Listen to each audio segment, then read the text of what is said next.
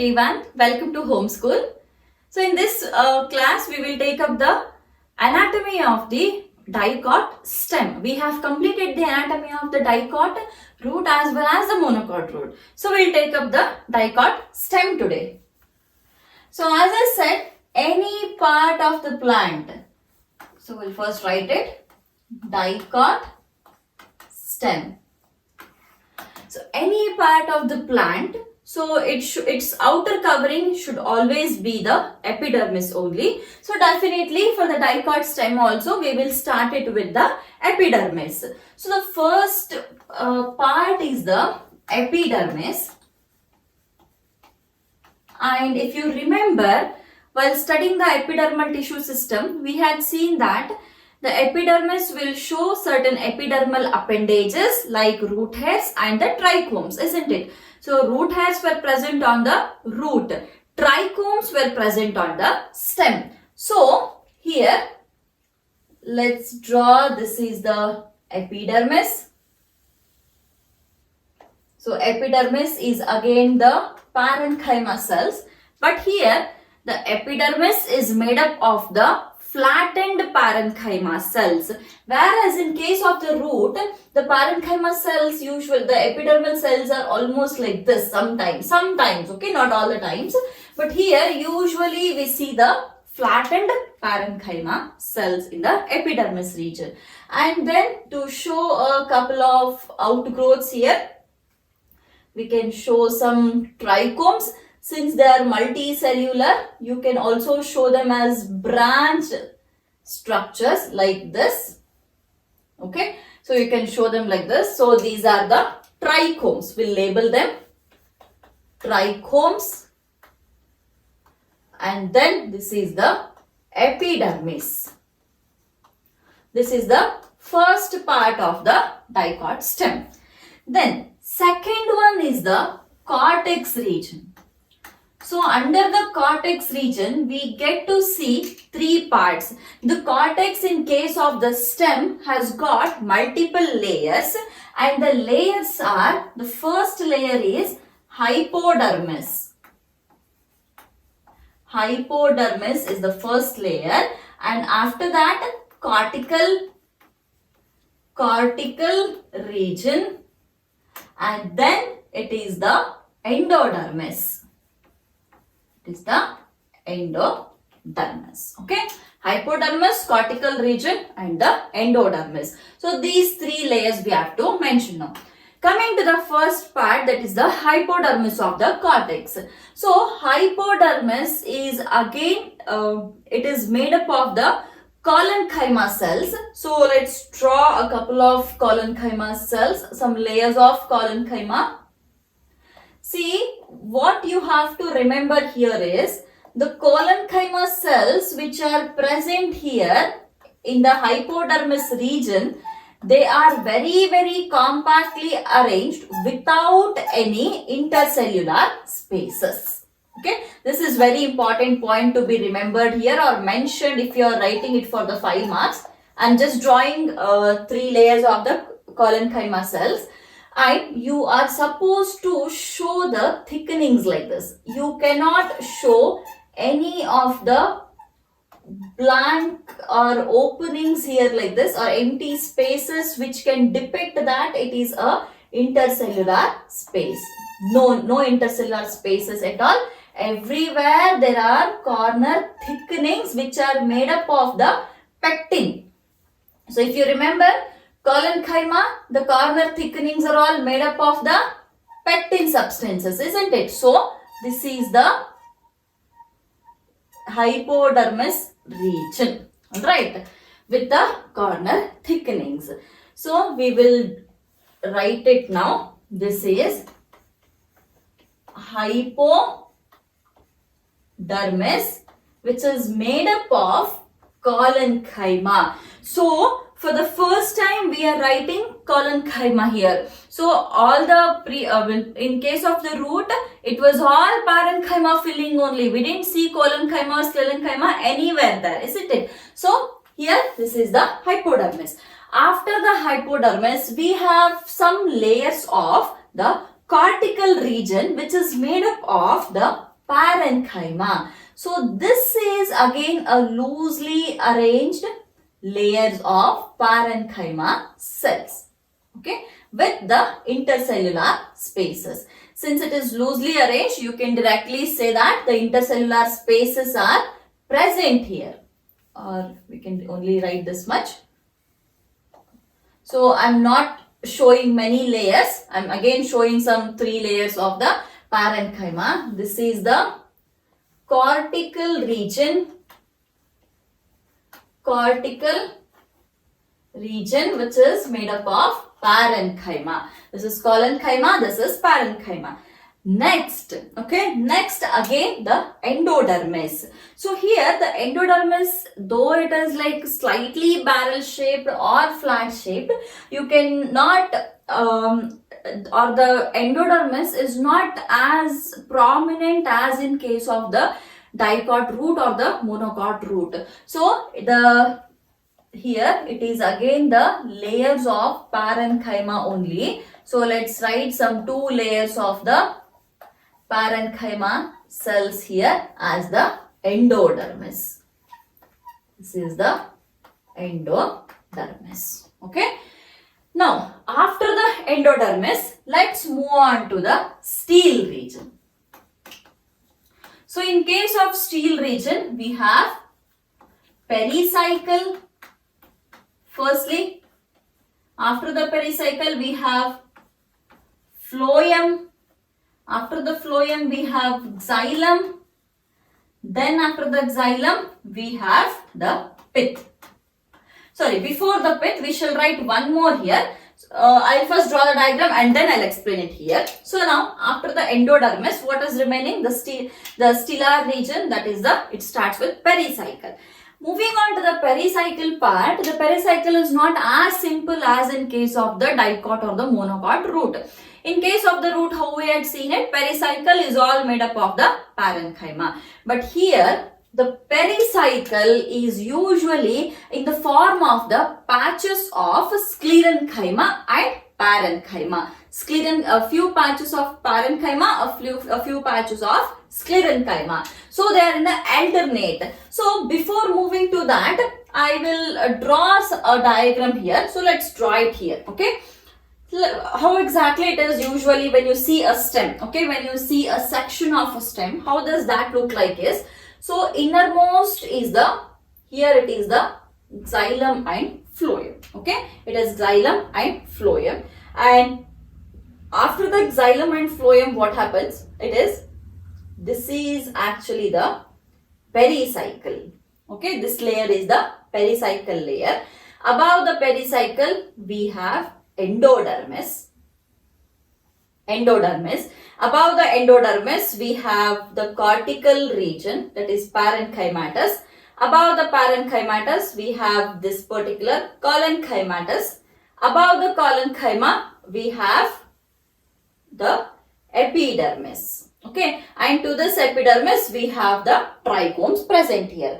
So now, this is epidermis, this is hypodermis, this is cortical parenchyma, this is endodermis, this is pericycle. And now, moving on to this vascular region. Okay, in case of the stem, if you remember, the arrangement, okay, the arrangement here is usually a conjoint collateral type of vascular bundle can be seen in the stem, and the condition of the xylem, if you remember, is the endarch condition. The endarch condition wherein the protoxylem is towards the center, metaxylem is towards the periphery is called as the endarch condition. And moving on to the arrangement is usually conjoint and collateral type of the arrangement, and the vascular bundles which are present here are the open type of vascular bundles. So if it is an open type of, and Firstly, moving on, firstly we'll see how many number of the vascular bundles are present. In case of the stem, we don't have number like as in case of the root, like 4 or 6 or more than 6 or something like that. So there will be many vascular bundles. The vascular bundles are many in number and they are radial or they are arranged circularly. Okay, so if this is the vascular region, then how exactly the vascular bundles are arranged is, the vascular bundles will be arranged like this. These are all the vascular bundles, like this. Okay, these are all the vascular, there will be many in number. I have just 1, 2, 3, 4, I have written only 6. You can also write 10, you can also write 11, any number of vascular bundles like this. And what is conjoint and collateral type of vascular bundle? The conjoint or collateral type of vascular, firstly the conjoint. Conjoint is the phloem. If this is a vascular bundle, conjoint is phloem and xylem are present in one single bundle. Okay, the phloem and xylem are present in one single bundle to form one vascular bundle is called as a conjoint type of vascular bundle. What is collateral type of vascular bundle? Wherein if this is the axis, okay, if this is the axis, if the phloem is facing outwards, if the phloem is towards the periphery and xylem is towards the inner side, then such a vascular bundle is called as a collateral type of the vascular bundle. Okay, so firstly it is, here we'll write it here, it is conjoint, collateral. Conjoint, collateral, and another one is open type of vascular bundle. What do you mean by open type of vascular bundle? If there is a cambium present in between the xylem and phloem, then such a vascular bundle is called as the open type of vascular bundle. So if you see a vascular bundle here, then here this is phloem, this part is phloem, this part is xylem, and here in between we have the cambium. Phloem, xylem, and then cambium. So the section which we are drawing here, okay, so hence onwards you should not have any type of confusion. So I'm telling it now, the section which we are drawing here, it is only this section like this. Okay, we are drawing only this much. We are drawing only this much. It means that we are only drawing one single vascular bundle. Okay, so remember, if I am drawing it here, it is having like this. It is all like this. So very big circle, very big circle. Somewhere in that, I am just drawing only one triangular part of that particular circle here. Fine. So now, I'll wipe it off. Here we have ended up with the endodermis. Now we are supposed to draw the pericycle here. And I told you that pericycle, how it is so this is pericycle here. See, this is the pericycle. Pericycle is, the pericycle here is one particular stretch of sclerenchyma, one patch of sclerenchyma. In between we have a patch of a parenchyma. Again here one sclerenchyma and one sclerenchyma. Here also one sclerenchyma. In between we have a patch of a parenchyma. Again sclerenchyma here, sclerenchyma here, sclerenchyma. Again here also it is sclerenchyma. It is again here sclerenchyma. Here also. Fine. So now in between we have the parenchyma. So this is how the pericycle is present. I hope you are able to understand it now, isn't it? So since we are drawing only one section here, we are only showing this patch of sclerenchyma and the parenchyma. Fine. So we shall draw few, only this much I am drawing here. One more line. Okay. So this is all the sclerenchyma, and in between, okay, this is all the, okay, we have changed the color, fine. So this is the parenchyma now. Sclerenchyma, this is, sorry, this is sclerenchyma, this is parenchyma. So likewise, again here we have one parenchyma, one sclerenchyma, one parenchyma, one sclerenchyma. So the patch will be in this particular way. Okay, this is about the pericycle. Next, moving after the pericycle, what do we have here? After the pericycle, we have phloem and xylem. So now, firstly, since we are drawing only one single vascular bundle, I am repeating it again and again. I am just showing one single vascular bundle. Actually, how it should be? It should be this way. I'll just make one outline like this. So this is how we are supposed to show it actually. Fine. So now, here we will show phloem now. So this is the phloem. This is all the phloem. Okay. Now, so now after the phloem here, fine. After the phloem, we have cambium, isn't it? So we will draw few cells of the cambium. So this is the cambium. Some 2 lines of cambium I am drawing. Okay, this is the cambium, and after the cambium we have the xylem. And what is the condition of the xylem here? The xylem here is endarch type of condition. It is in the endarch condition. Roots, they were in the exarch condition. Here the xylem is endarch. What do you mean by endarch? Endarch is the protoxylem is towards the center and metaxylem is towards the periphery. So here it is the metaxylem. Okay, here it is metaxylem, and then we have protoxylem. This is all the protoxylem. Okay, this is the condition of the xylem. After the xylem, we have this inner space which is called as the pith. Now, this is all the pith. Alright. So now, we have completed this part. We will name it now. So, this is the phloem. This is cambium. This is xylem. And this is pith.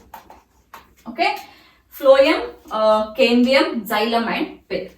So now what happens here, between one vascular bundle and another vascular bundle, there is some space here. I'll show it this way. Okay, here this vascular bundle, we have some empty space here. So if you take it here, if you take this here, this is one vascular bundle, isn't it? From here to here, this is one vascular bundle. So this is phloem, this is cambium, this is xylem. Now, similarly, if you take a complete section, then here we should be having one more vascular bundle, isn't it? Then here we should be having one more vascular bundle. Here we should be having one more vascular bundle. Here we should be having another vascular bundle. So now, this place from in between one vascular bundle to another vascular bundle, in between there is some space, and that space is all filled with the elongated parenchyma cells. It is all filled with the elongated parenchyma cells, and those cells are called as the medullary rays or medullary cells. Okay, I will explain it one more time. In between these, especially in between the phloem here. Here we have phloem, isn't it? So here we have some cells which are elongated. So these cells which are elongated parenchymatous cells, so they are called as the medullary rays. And after that, finally we have a pith here, and pith is very well developed in case of the stem. Okay, so the trichomes, epidermis, hypodermis, cortical region, and then the endodermis. After the endodermis we have pericycle.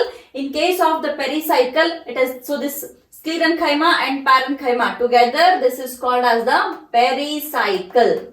This is pericycle. We have patches of sclerenchyma, and then in between we have the parenchyma here. So after the pericycle we have the phloem, and then cambium, and then the xylem and the pith. So this is about this is the structure of the anatomy of the dicot stem. And you have to remember this, it is conjoined, collateral, open, and the xylem is in the endarch condition. So if they ask you, many a times there are chances of asking this particular diagram, and sometimes what they do is, in case of the NEET questions, okay, I'm just wiping it off. In case of NEET question, what they'll do is, they'll give the same diagram. From here to here it is same. Okay, from here to here up to the pericycle it is same. So I'm just drawing the pericycle here. It is a few cells of sclerenchyma and few cells of the parenchyma. After the sclerenchyma and parenchyma, next when we are writing this vascular bundle, what they'll do is, they'll show the vascular bundle this way. Okay, they'll show the vascular, it is, here we have shown only one single vascular bundle. So now what they'll do is, they'll show the vascular bundle like this. So, and then they will ask you to identify. Everything will be here. So here there will be epidermis, here there will be hypodermis, and then the cortical region, and then we have this particular endodermis. Everything is there. After that we have the pericycle.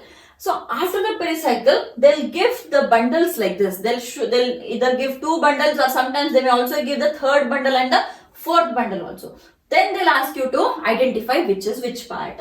So if it is given this way, then it is, you should be able to identify it. This is phloem, okay, this is xylem, this is cambium, and the cells which are given here, okay, the cells which are given here, these are the medullary rays. Okay, these will form the medullary rays, and after that here it is the pith.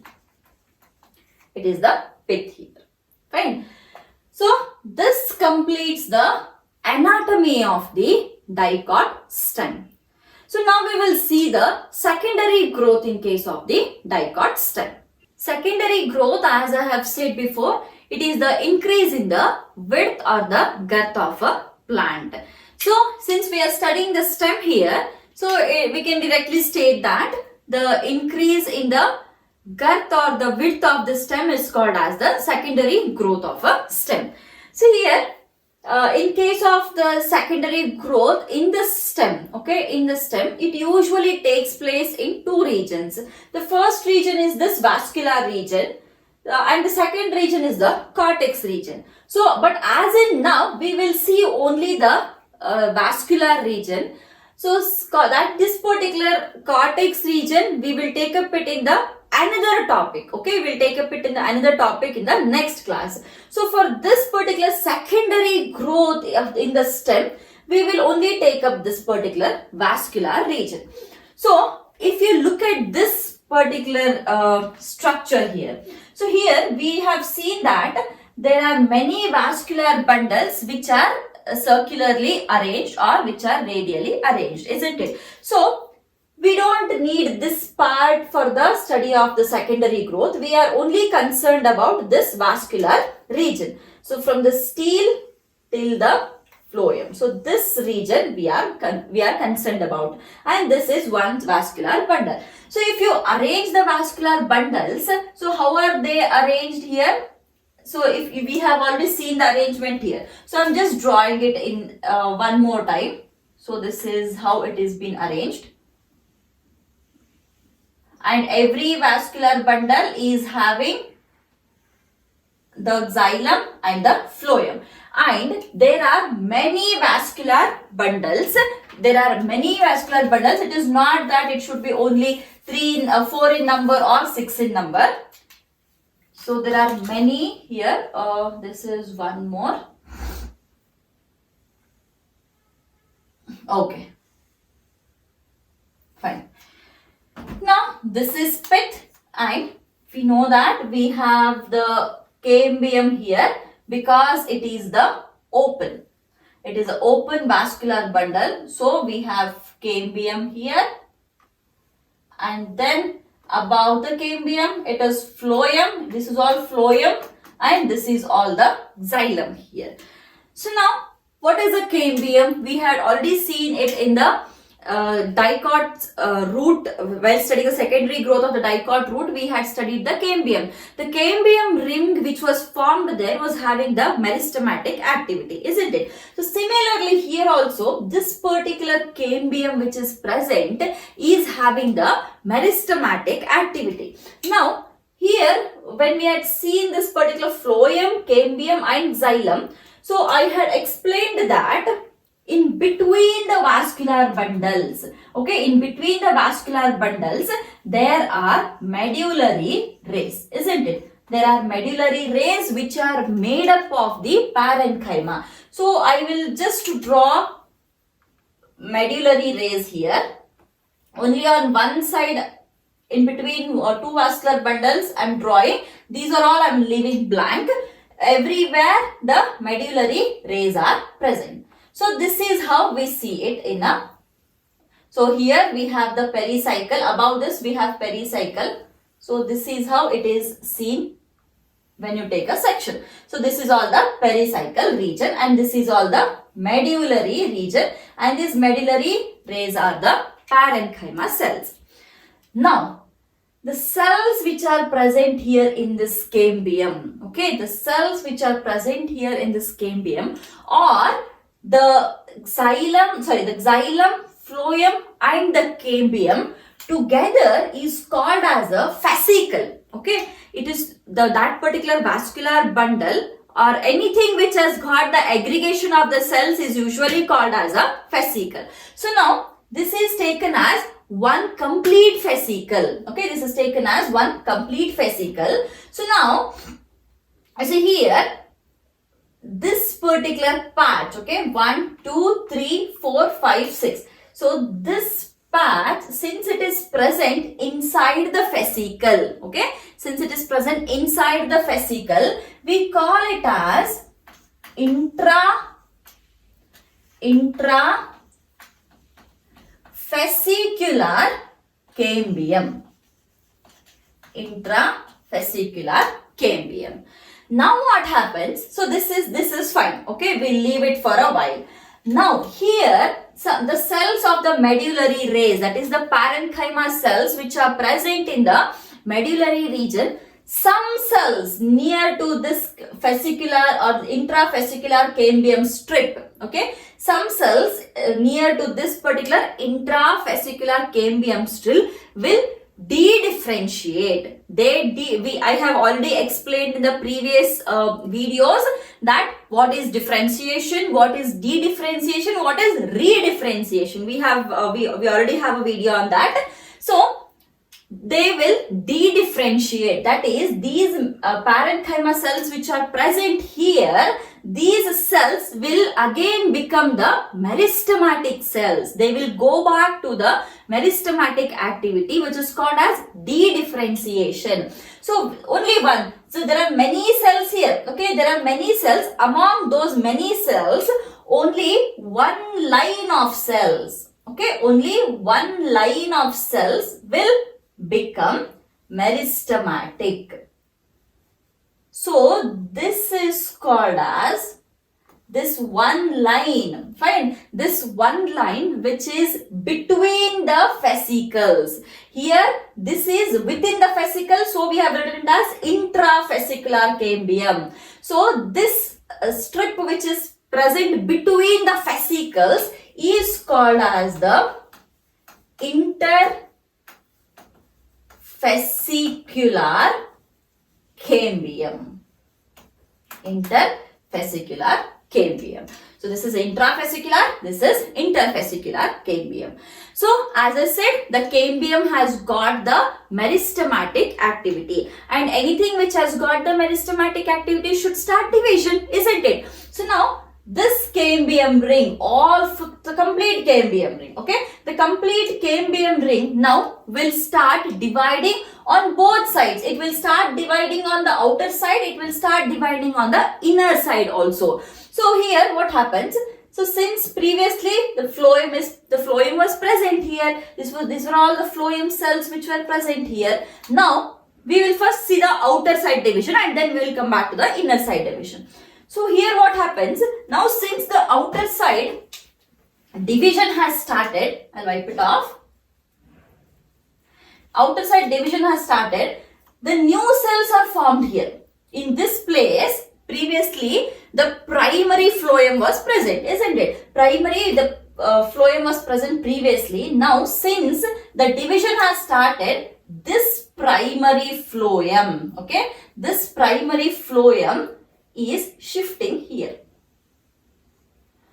And here all the new cells are formed. Here all the new cells are formed.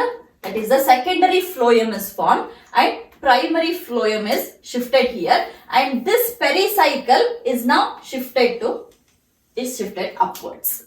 Previously this was the boundary. Now this is becoming the boundary. Okay. Similarly, here also everywhere the secondary phloem is formed here, and as a result the primary phloem is shifted outwards. It is shifted outwards here. Again, the primary phloem is here. Here also the primary phloem comes here. The primary phloem will come here. Here also the same. So now what happens? Previously the pericycle was here. The pericycle is also shifted upwards. So the total boundary became this one. So definitely since the boundary has shifted now towards the outer side, the width is increased, isn't it? So this is on the outer side. Moving on to the inner side. So inner side also we have the cambium here, right? We have cambium here. So inner side also there are the primary xylem which are present. So and what is the condition of the xylem here? It is in the endarch condition. Endarch condition is protoxylem is towards the center and metaxylem is towards the periphery. So here all we had the xylem elements. Since the secondary xylem is formed here, okay, this is all the secondary xylem. So the primary xylem is shifted inwards. Now this is all the primary xylem. Here also the primary xylem is shifting down. Again the primary xylem. Here also this xylem is shifting here. Here also xylem got shifted.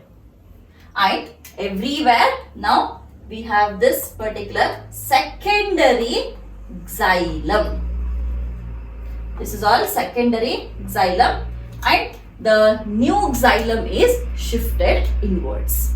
Fine. So now since the new xylem primary xylem is shifted to the inner side and its place is occupied by the secondary xylem, now the pith is completely crushed.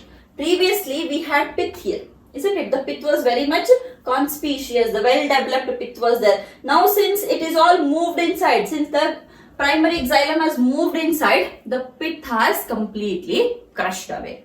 Fine. So this is actually the secondary growth which is happening in case of the Dicot stem. So now here also we have the cambium ring, and this is also showing the meristematic activity, isn't it? So now what happens if you complete this vascular bundles? It is like this now. Previously we had smaller vascular bundles, now we have bigger vascular bundles like this. So now when we have the bigger vascular bundles, here also the medullary rays should be formed, isn't it? And those medullary rays here will be formed by this cambium, that is the interfascicular cambium activity will form the medullary rays here.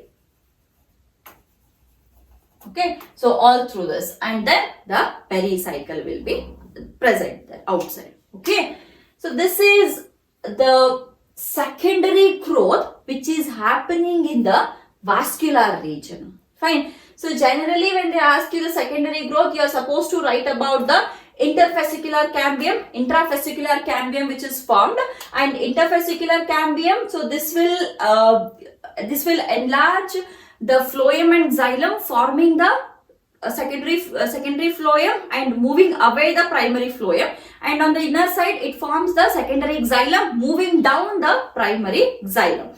And about the interfascicular cambium, it is forming much more medullary rays between the newly formed or newly enlarged vascular bundles. Okay, so this is the secondary growth which is happening in case of the vascular region. In the next video, we will, or in the upcoming videos, we will take up the secondary growth which is happening here in this particular cortex region. Okay, or else we'll take up it in the next video only. So this cortical region, how exactly the secondary growth is happening and what it is giving rise to. Okay, so that we will see it in the next video. Fine. So I hope the secondary growth in case of the stem is also clear. This is really important topic actually, secondary growth of the roots as well as the secondary growth of the stem. Both are very important. I have tried my best to make it as easy as possible for you guys. So study it very properly, and usually the questions will be there from either the intrafascicular or interfascicular as well as the topic which I'm going to cover in the next video, that is the secondary growth in this particular cortex region. Fine. And one more thing, as I said, the region which is below the pericycle or which starts inner to the pericycle is called as the still region, isn't it? I had said it is called as a still region. So since now the secondary growth is taking place in the still region, we can also call it as intrastellar secondary growth. Okay, and the secondary growth which is happening here, this is external to the still, so this can be called as extrastellar secondary growth, and this can be called as the intrastellar secondary growth. So if in case in your NEET examination or questions, if they mention something like intrastellar or extrastellar, you should be knowing what is intrastellar, what is extrastellar. So which is happening here in the vascular region is the interstellar, and the one which is happening here in the cortex region, which we are going to study in the next video, is called as the extrastellar secondary growth. Okay, so I'll see you guys in the next class. So keep watching the videos.